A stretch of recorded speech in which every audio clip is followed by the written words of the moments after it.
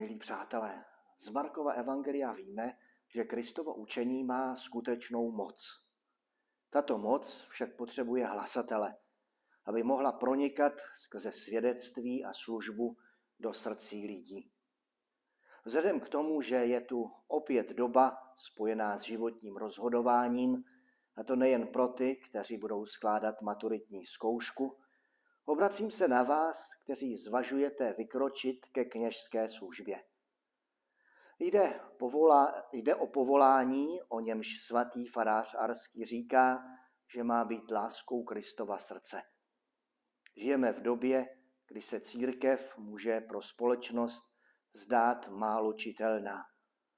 O to více potřebujeme obětavé, odhodlané a především radostné kněze.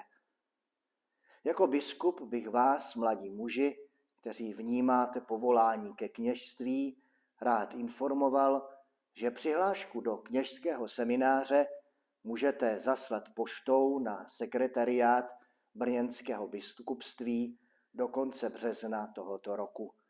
Naleznete ji na našich webových stránkách. Přeji vám radost z odpovědného rozhodnutí.